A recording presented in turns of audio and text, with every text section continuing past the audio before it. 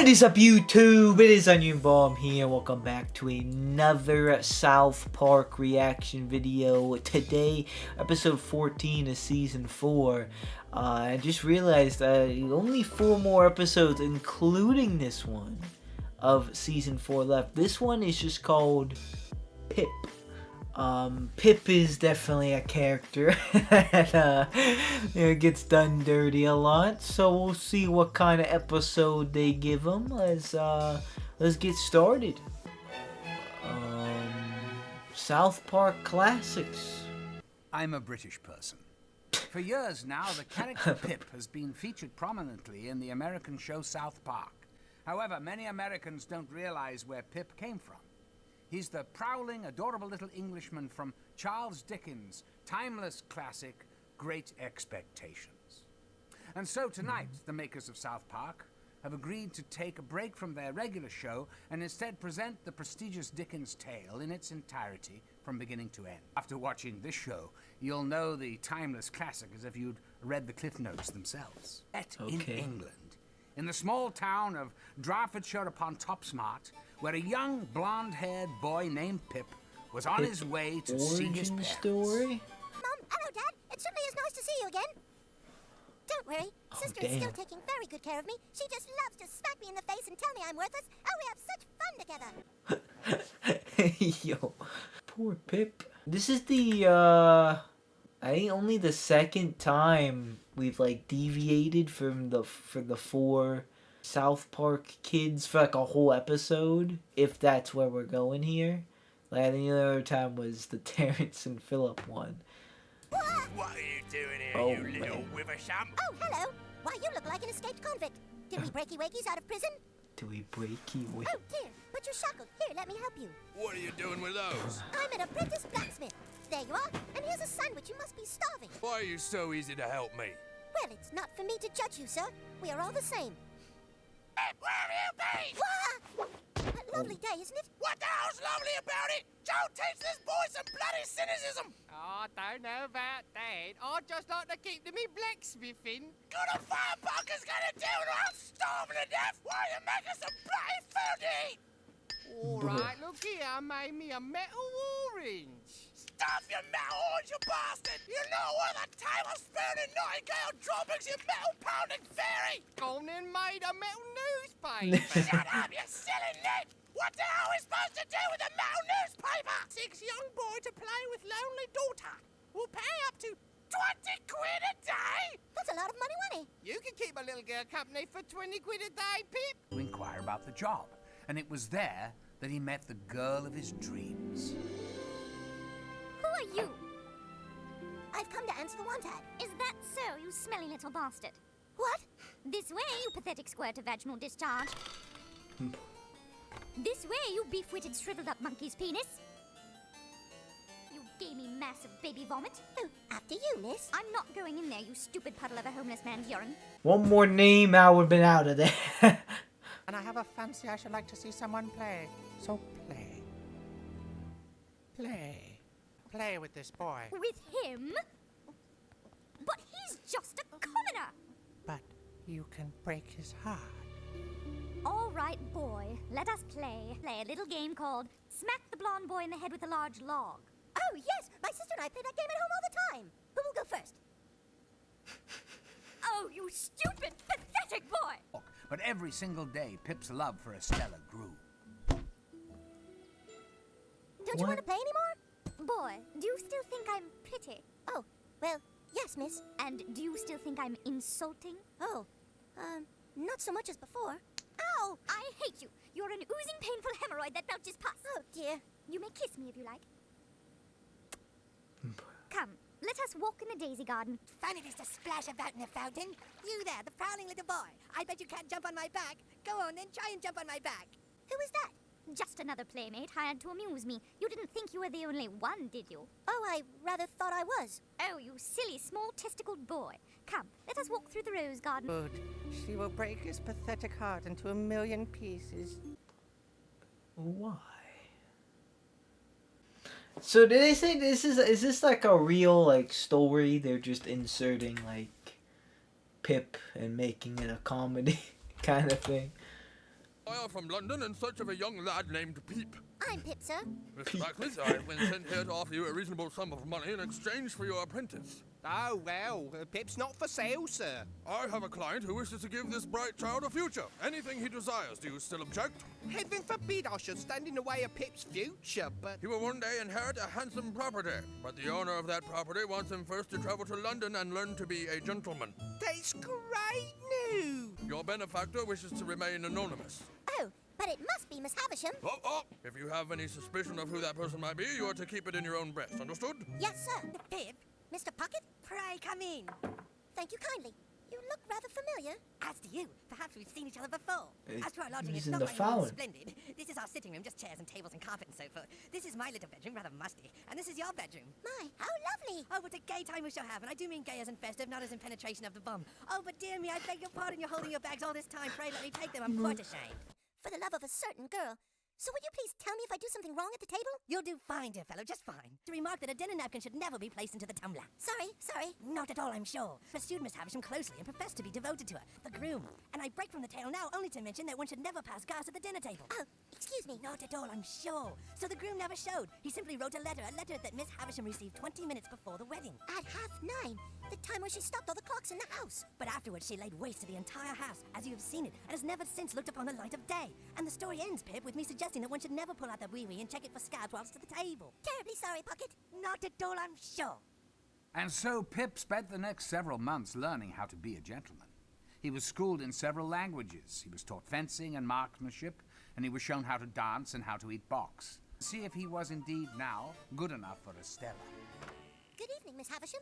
Come closer, Pip. My, you're quite the gentleman now, aren't you? Thanks to you. Perhaps. Estella's been off to school as well. She's become quite the lady. Would you like to see a picture of her? Oh, my. She is even prettier than before. Oh, you love her, don't you, Pip? I don't know. I mean, I think about her every day. Love her, Pip. I developed her into what she is so that she might be loved. Yes, but where would I find her? There's a dance at the palace tomorrow night. Estella will be there. Go and seek her out and love her. Love her. Thank you, Miss Havisham. Won't you love her? She tears your heart into pieces. And as you get older, it will tear deeper. Love her. Become a gentleman. May I? I suppose. So how is it that you learned to dress and dance? Well, I was sent to be schooled in London. I see. And you no longer live with the blacksmith? Oh, I see Joe once in a while, but I don't have much in common with him anymore, now that I'm a gentleman and all. Naturally. Believe I'm in love with you. Pip, you must know that I have no heart. I think you do. Oh, I have a heart to be shot or stabbed in, no doubt, and if it ceased to beat, I should cease to be, but you know what I mean. I have no softness there, no sympathy, sentiment. I see past that, Estella. I see a little girl who wants to be warm and kind. Hey, Stella, let's get out of here. All right, Steve, just one moment. What? Who is that? That is Steve. He is 17 and has a car. I see, and you fancy this Steve fellow? I should. He's my boyfriend. Boyfriend? What's the matter, Pip? I don't understand. I did everything right. He's 17 and has a My car. loving Joe. It's... And she's Where 8. goes And you have to talk to Estella. She's going out. Well, if it isn't Mr. Pip. Miss Havisham. But Don't they make a handsome couple, Pip? Look at the way he holds her hand. I don't understand. Bruh. You sent me away to become a gentleman so that I could be with Estella. Things aren't always what they seem, Pip. She break your heart? Well, I suppose that if you set out to break my heart, you did a very good job of it. Tell me about the pain. Tell me about the crushing and the prickly things. It's as if someone has a hold of my heart and is squeezing it very tightly. Yes, and it is somewhat difficult to breathe. Hey, wait a second. You mean that this whole thing was just a setup by your mom? Is your heart broken as well? Tell me all about it. But why do you make your daughter hurt people? Why? Well, that's simple. Yeah, what? Because I need the tears of broken-hearted men to use in my Genesis device. Growing very old. But tonight I will fuse my soul into Estella's once and for all, and then I can go on breaking men's hearts for another generation. What the? And as for you, Pip, my robot monkey should take care of you. Oh no. What happened? Pip? Pip, old chap? How did he make it That's there? right. You're safe and warm now. Joe found you lying face down in the street, Mr. Pip. You're in such a state you've been unconscious here for nearly 3 hours. Havisham, she has all the men who've had their hearts broken by Estella trapped in her house. Oh, why would she have wasted all that time sending me to school and turning me into a gentleman? Well, about that, Pip, there's another person who wants to see you. Hello, Pip. You remember me? I'll rip off your arms and shove them up your arse. Why, you're the escaped convict I helped a long time ago. Yes. After you helped me, I moved to Wales and made something of myself. If it weren't for you, I'd have never become a millionaire. He's the one that sent you to London, Pip. He's the one that sent you off to be a gentleman. Oh, this. Because he's. Because back then you treated me like any other person. Havisham is determined to do this to others. Let's go kick her ass! Final act of the Dickens classic tale, in which the stage is set for an epic showdown. Miss Havisham's robot monkeys prove a formidable foe, but Pip is not about to let Estella's soul be forever consumed by the Genesis device. So fast, you ugly ancient bitch! Pip? Oh. Your man-hating days are over, Havisham. Quite the contrary, Blacksmith. My revenge on the male race is my. only about to begin. Dear God, Pip, look! Stella, help Yeah, me! what? I'm your boyfriend! So am I. And me. We were all Stella's boyfriends at one time or another. Now we're doomed. Everyone. Some ditties. Let the transformation begin. There, and do whatever it takes to keep those blokes from crying. Righto, Pip. It begins. Come, Estella, you can't want to be part of this. It is what I was raised for. Not cry. Havisham's device fuels itself on your tears, I'm afraid. Oh, not to cry. Our hearts have been broken, our lives ruined, and now we are set to die. Yes, but just think about panda bears. Oh, they're so cuddly and sweet, panda bears are. What silly little noses they have. Panda bears make me sad. They're almost extinct. Oh, right. Let's not think about panda bears then. Chair, you old cow. Oh. Oh no. Estella, listen to me. You are a wonderful girl with a kind heart. I told you, Pip, I have no heart. But you do, and I shall prove it to you once and for all. Adorable little bunny. Oh my, he's very cute. You see that? A heartless person wouldn't care at all about this bunny. They'd just as soon break its neck. Oh, but look at this bunny. There, you see that? You have too big a heart to kill 2 baby bunnies. No. Right. Father died in a stamp collecting accident. Right, let's not talk about stamp collecting then. Let's talk about... Ice skating! What about cutting them down? Who can catch me? Who can catch the ice skating king? That's me. I can't fight him off no more. I thought he's- 9 baby bunnies. Oh, that was the other I guy. could never kill 9 baby bunnies, so you do have too big a heart to 9. 10 baby. Quit taking out the bunnies. I think she might be heartless. But you're boring us to tears. You're boring us to tears. Oh Pip, my it's god. too late. 26 baby bunnies. I don't want to. I don't see the point in this. What? I don't want to kill any more of them. There! You see? You do have a heart! You think so? Let me see it. Maybe I can kill it. No. No, I'm sure of it. You have a heart. You want your own life. Come with me now!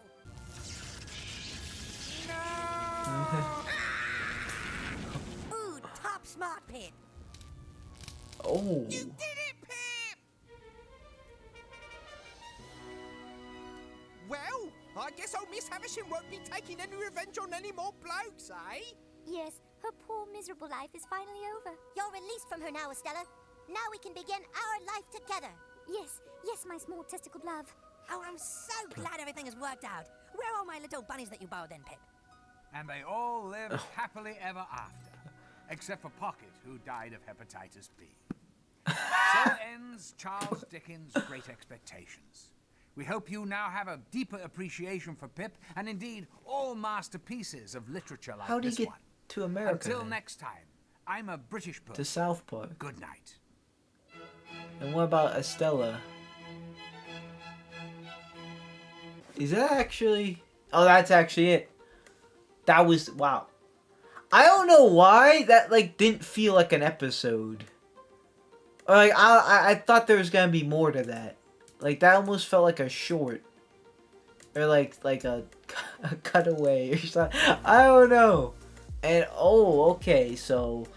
I knew the person talking. That was Malcolm McDowell. I've heard that name before. I've seen him before. So interesting. He narrated the Pip story, and that was the episode. It was all about Pip. It was a Pip origin story. Certainly a different episode, I'd say. I wouldn't say it was like a bad episode. Probably for me, probably the weakest of the season so far. No offense to Pip, but Pip is another case of cool side, funny side character. But I don't know if he might need to stay in there, and it's not a whole episode. There were some moments I was almost feeling like, I guess you could say a little bit bored. It was very similar to the Terrence and Phillip episode, but I wouldn't say it was as bad as that one, because to the Terrence and Phillip one, that one, they had the whole cliffhanger thing, and that one was a little bit, I'd say, more boring. But this one, there were definitely some interesting bits. I thought there was gonna be a little bit more to that. I thought we were gonna see how Pip got to America, and then maybe he'd have this whole backstory thing. And I don't know if this gets referenced again, that might be a bit cool. But if that was just a one-off kind of goofy episode, then I don't know if I vibe that one on average. So okay, yeah, Charles Dickerson, Great Expectations.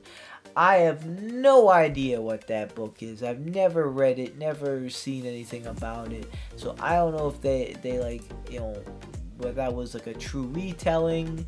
I'm seeing a picture right here. I'm seeing a kid crying between two graves. So it's seeming there was some truth to what they said about. I guess that's the inspiration from Pip, they said.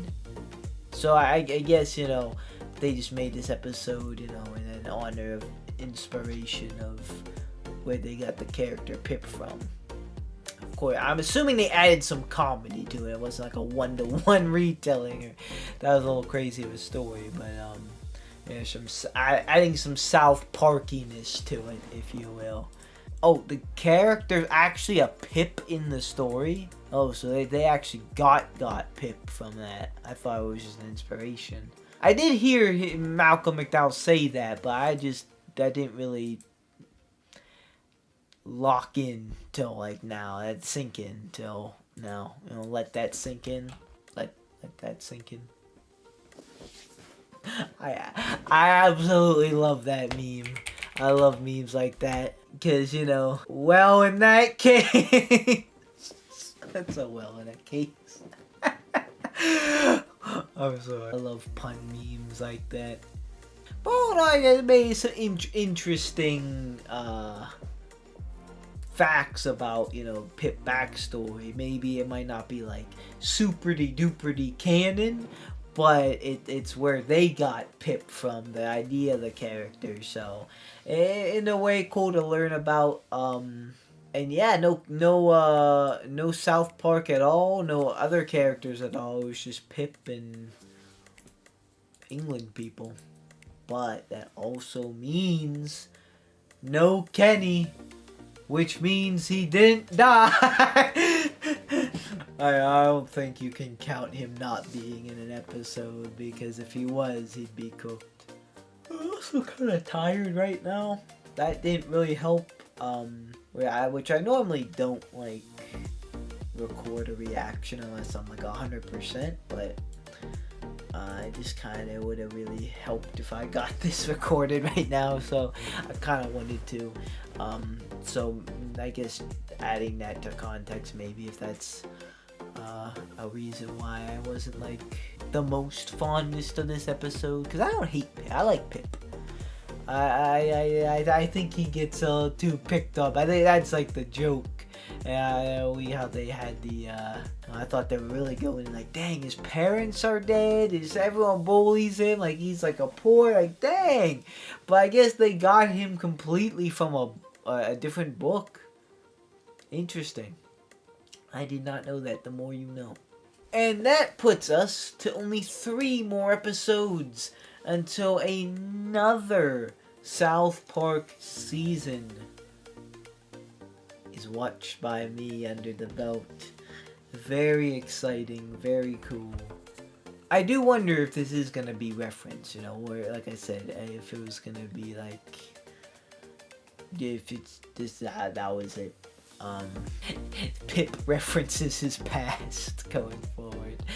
Because some things like get kind of swept under the like Kenny. I still don't know if he has that one girlfriend or not. And then some things like get kind of brought up and almost like become arcs. Like mainly with Mr. Garrison when Mr. Hat like ran away that one time. We got Mr. Twig. Or the Nambla stuff that ended up getting him fired, and then he went to the woods and then came back and finally admitted he was gay. So it's interesting. Some things are like one-off jokes and other things aren't, even if they seem to be. Like I said, this might have just been a way for the writers to say how they got Pip. Just like an interesting, different episode. Whip all those bunnies too. Like, I after the first bunny, I think it would have been over for me. Like, Pip just kept handing them to her. We'll see what happens next time because I think this show does not hit the same if you don't have at least one of the 4 Cartman, Stan, Kyle, or Kenny. I think you need at least one, or you need someone like Garrison or Chef. Or Mr. Mackey, or you need one of the iconic characters, Jimbo, Timmy. I know you have Pip, but I don't know if Pip can carry an episode like that. He's more of like a supporting character, I think. Maybe I'm yapping, maybe I'm chatting, I don't know. But yeah, definitely didn't hate the episode. It was good, but like I said, I think I definitely call it maybe the weakest of the season so far, and this is a season that has been very, very good, so it's a very stacked season. And next time, we'll be getting further down the line of said stacked season. For now, though, that is going to do it for me. Thank you guys so much for watching. Like or dislike, subscribe or don't subscribe. You know it's always up to you. And I will see you guys in the next video you watch of me. Goodbye.